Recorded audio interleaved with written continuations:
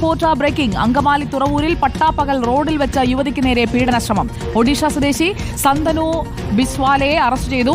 കടയിൽ നിന്ന് സാധനം വാങ്ങി വീട്ടിലേക്ക് മടങ്ങുകയായിരുന്ന യുവതിയാണ് ഇയാൾ പീഡിപ്പിക്കാൻ ശ്രമിച്ചത്. യുവതി ബഹളം വെച്ചതിനെ തുടർന്ന് പ്രതിയെ നാട്ടുകാർ പിടികൂടി പോലീസിൽ ഏൽപ്പിക്കുകയായിരുന്നു. എസ് ശരൺ നമുക്കൊപ്പം. എസ് ശരൺ, എന്താണ് സംഭവിച്ചത്?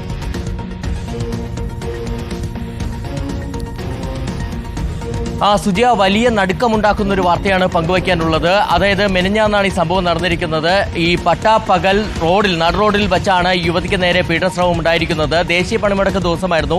ദേശീയ പണിമുടക്കായതിനാൽ തന്നെ റോഡിൽ ആളുകളുടെ എണ്ണം വളരെ കുറവായിരുന്നു. അത് മുതലെടുത്തുകൊണ്ടാണ് ഈ പ്രതി യുവതിക്ക് നേരെ പീഡനശ്രമം നടത്തിയിരിക്കുന്നത്. അതായത് യുവതി ഉച്ചയ്ക്ക് ശേഷം മെനഞ്ഞാന്ന് ഉച്ചയ്ക്ക് ശേഷം കടയിൽ സാധനം വാങ്ങാനായി പോകുന്നു. അങ്ങനെ സാധനം വാങ്ങി വീട്ടിലേക്ക് മടങ്ങുന്നതിനിടയിൽ റോഡിലൂടെ നടന്നു പോവുകയായിരുന്ന യുവതി അതിൻ്റെ ദിശയിൽ നടന്നു വരികയായിരുന്നു ഈ പ്രതി. ഇയാൾ യുവതിയെ റോഡിലേക്ക് തള്ളിയിരുന്നു. അതിനുശേഷം യുവതിയുടെ വസ്ത്രം വലിച്ചൂരാൻ ശ്രമിക്കുന്നു.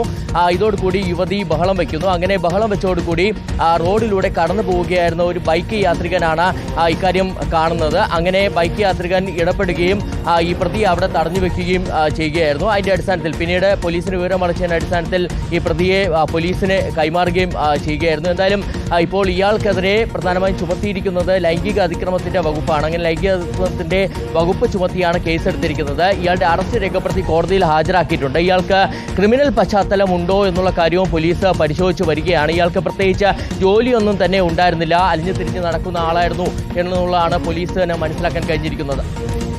വിവരങ്ങൾ നൽകിയത് എസ് ശരണാണ്. അങ്കമാലി തുറവൂരിലാണ് പട്ടാപ്പകൽ പീഡനശ്രമം നടന്നത്.